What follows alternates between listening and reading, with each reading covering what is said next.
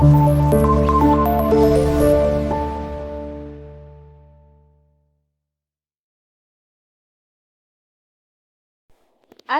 عليكم ورحمة الله وبركاته. كبجمتوتا في دعوتوتا وردفتوتا يوتيوب channel حليمة أوروتو جلت أرقمتن ويلكام وردفتوتا كيا الشما هركفوني كعلا فيا كيسا جرتن هندي كيسن نجيني كيسن أكا كوشين إنجلا إيجا وردفتوتا كيا وقروني هنقاما سبسكرايبي ناقوتاني ماتي نافتاتن قالتو ما قالن كيسن دجاها تاو أمس لايك شيرين كومنتي دبريسون najajjabeessa isiniin jedha warroonni haroo taatan YouTube channel kanatti dabala maatii naaf ta'a.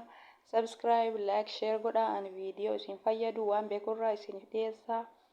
Subscribe gatii ittiin baaftanii yookaan humna ittiin kafaltanii like, share, subscribe godha. YouTube kiyya waggaa tokko walakkaa ta'ee itiniin jira hanga amma subscribe kuma guutuu hin dandeenye. Na gargaara isiniin jedha egaa hordoftoota kiyya. Viidiyoon kanarra qabadhee dhufee asuma naasaa ittiin guddisu akkaataa majjaana itti hidhatanii gara Itoophiyaa bilbilatanii daqiiqaa dheeraa itti fayyadamanidha. Egaa hordoftoota kiyya har'a kan qabadhee dhufe riyaala 35 akkamitti daqiiqaa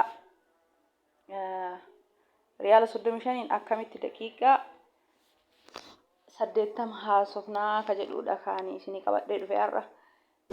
Messenjera mana bilbilaa keessatti fayyadamtoota sawaa taatan warroota Suudii Arabiyaa keessa jirtaniif viidiyoon kun kan dalagu warroota sawaa fayyadamtan. Riyaala 35 itti guuttattanii akkamitti daqiiqaa 80 Itoophiyaa bilbilachuu dandeenya jechuudha viidiyoon an qabadhee dhufe. Egaa riyaala 35 itti guuttattanii moobaayilii keessaa qabaattanii mana messenjera sawaa keessan keessa seentanii gubbaa kanatti 900 barreessitan.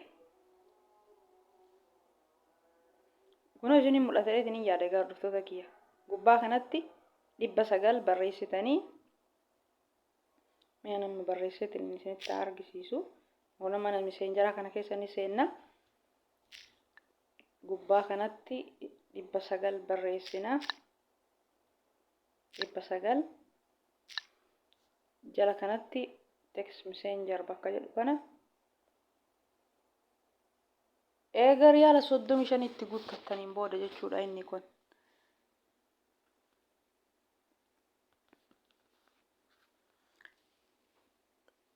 Eega riyaala 35 itti guuttattaniin booda 8 2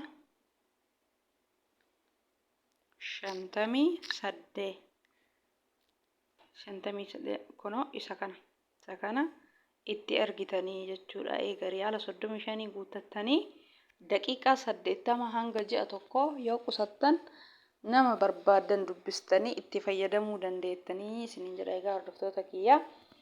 Haala kanaan itti fayyadamaa harmee teessan, abbaa keessan, fira keessan, hiriyaa keessan, ijoollee teessan, maatii keessan nama feetan ammallee nama mana isinii ijaaraa jiru, nama meeshaa isinii bitu akka fedha keessanii dubbiftaniitiin yaada keessan itti himachuu dhimma waan hajamtanii yaada keessan sirriitti itti haasa'u kanaaf isin fayyada. Maatii keessan sirriitti dubbisuuf kaardii guuttanii ala xuul bilbiluun riyaala 100 osoo itti guuttanii yaada keessan sirriitti haasoftanii jechuudha. Kanaafuu namoonni intarneeta hin qabnellee viidiyoo biraa isinii hojjedha. Intarneeta hanga ji'aa daqiiqaa 300 akkamitti akka itti fayyadamtan viidiyoo itti aanu isinii hojjedha. Warroonni nu hojjedhu jettan mee koomantii jalatti barreessaa. Kutaa tokkoffaa riyaala 6 akkamitti daqiiqaa 14 haasofnaa. Kutaa lammaffaa riyaala 9 akkamitti daqiiqaa 20 haasofnaa. Kutaa sadaffaa riyaala 25 akkamitti riyaala 10 akkamitti daqiiqaa 25 haasofnaa. Riyaala 10 akkamitti daqiiqaa 25 haasofnaa. Kutaa sadaffaa viidiyoo gadhiiseetiin jira. YouTube channel Halima Orotube jedhu jala barreessati. YouTube keessan keessa seenaa Halima Orotube jedhaati barreessa. Search godhaati tiniin itti fayyadamaa viidiyoo kiyya jala seenaa laalaa waan isin fayyadu baay'ee irraa argattanii ga'een keessan subscribe godhuu, like, share gochuu, commentii barreessuu. Viidiyoon kiyya akka namni baay'een Facebook irratti illee, TikTok irratti illee, Telegram irratti illee share godhaa namni baay'ee jira kan beeyin irraa haa fayyadamu. ga'een keessan subscribe naa godhu, share naa godhu, like godhuudha. Ani immoo viidiyoo itti aanu har'a kutaa afuraffarra jirra. Warroon isiniin galle viidiyoo kiyya jala seenaa ilaala. Warri beektan share godhaa dabarsaa. Anin beeka jettanii biraan tarina kan beekne baay'ee jira. Irraa fayyadamanii namni keenya kan beekne baay'ee jira. Keessumaa ijoolleen amma haarawaa dhuftu kaamajjaana kana quba hin qabne ni jiranii. Namni hundi kaardii kan intarneeta qabaateetiin hin bilbilatu maatii ofii akka barbaadetti hin dubbisu. Intarneeta illee yeroo baay'ee sirriitti hin dhageessisu. Yeroo tokko malee. Kanaafuu inni kun akka barbaadanitti sagalee xiratiin birrii xiqqoo majjaana hiitanii akka haasoftan isin fayyada. Egaa hordoftoota kiyya barnoonni kiyya kaarraa kutaan afuraffaan kana fakkaataa irraa fayyadama isin fayyada. Warri beektan share godhaa dabarsaa kan beektan irraa fayyadama. Eegee fayyadamtanii geessitanii viidiyoo kiyya jala seenaa subscribe like share godhaa na jajjabeessa isiniin jedha. Warroonni meenuu dalagii viidiyoon ati nu barsiistu kun nutti toletan mee komentii jala barreessaa like godhaa subscribe godhaa isiniif hojjedhaa. Har'a kutaa afuraffarra jirra. Kutaa shanaffaa boru walitti dachaanaa. Akkuma isaan kutaa shanaffaallee kutaa ja'affaallee isinii hojjedha. Ani kanaan fayyadamaa jira. Duraan anillee yeroo isa kan irraan beekne birrii baay'ee itti bitee kaardii guutee afaan lama osoo naasofne birriin baay'een harkaa dhumataa ture.